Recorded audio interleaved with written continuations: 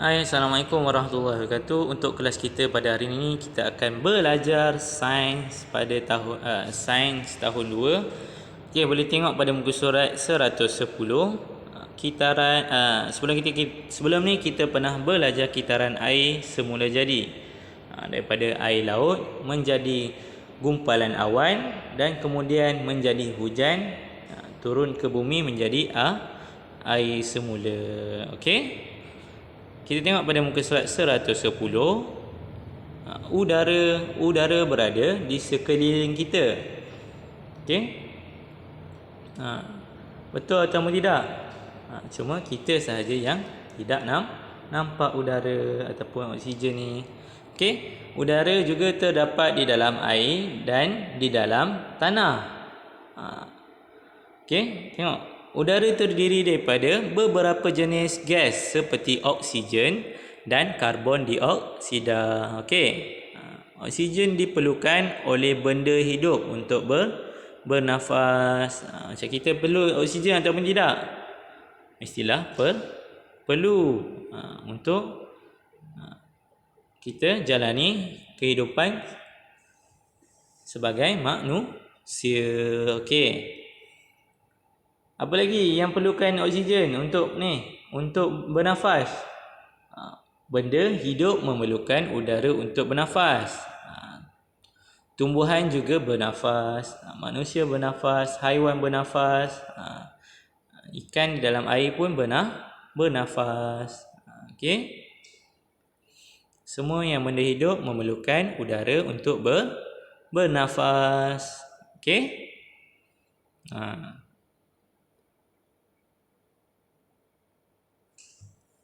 Okey.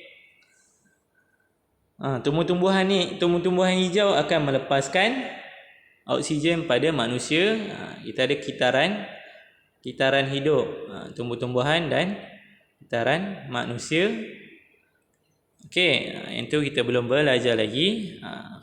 Tumbuhan-tumbuhan hijau ni akan melalui satu proses fotosintesis untuk melepaskan oksigen. Okey. Okey, kita tengok pada muka surat seterusnya. Udara bergerak. Apakah yang dimaksudkan dengan udara bergerak? Udara yang bergerak dikenali sebagai angin. Angin tidak dapat dilihat tetapi dapat dirasai. Tahukah kamu bahawa angin memberikan pelbagai kesan dalam kehidupan manusia? Okey. Itu udara bergerak ni ialah salah satu ciptaan Allah. Kita boleh rasa tapi kita tak boleh nampak. Nampak tak?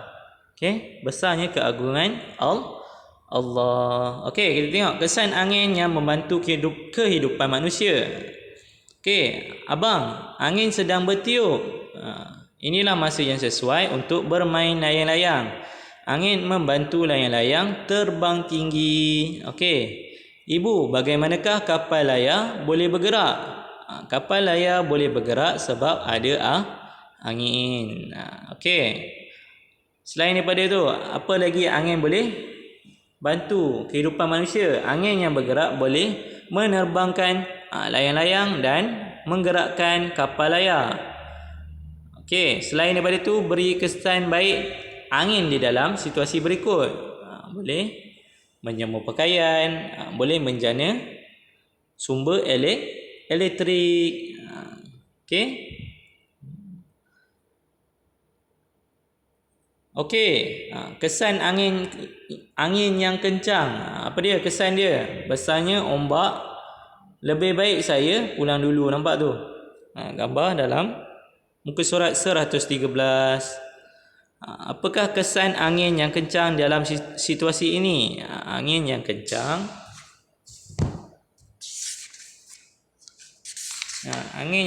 memberikan pelbagai kesan kepada alam sekitar dan manusia. Contohnya ribut, ombak dan ombak besar. Okey.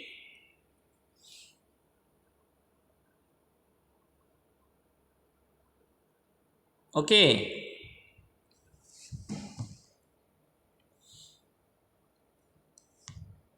Sila buka buku aktiviti masing-masing pada muka surat 61. Okey.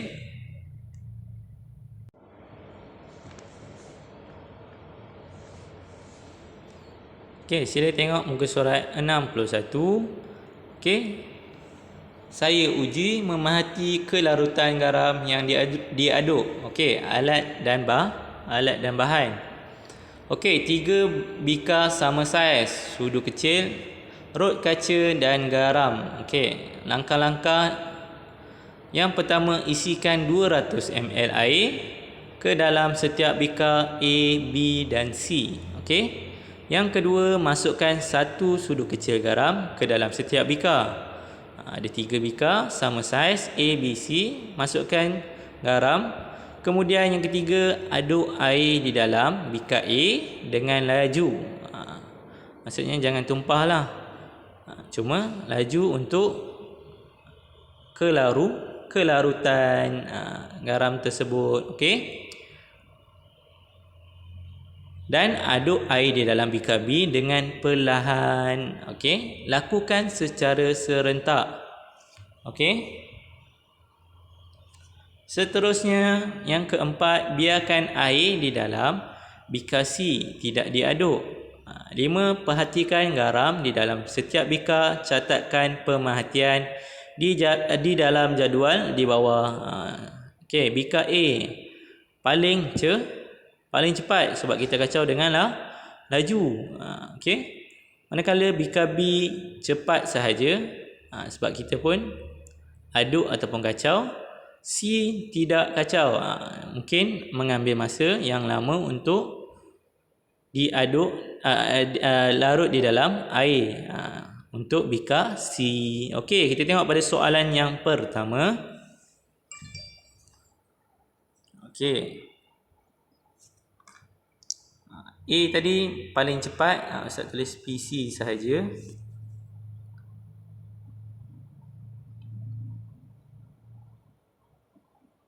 PC, B cepat,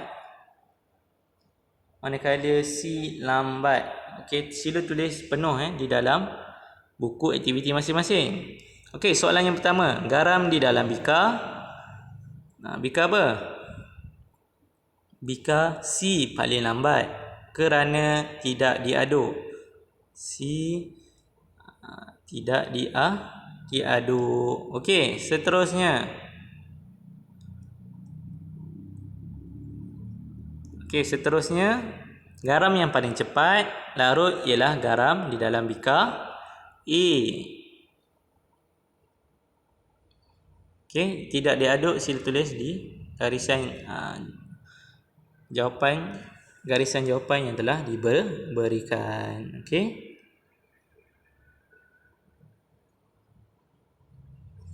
Okey, seterusnya. Yang nombor 3, bahan boleh larut dengan lebih cepat jika diaduk dengan laju.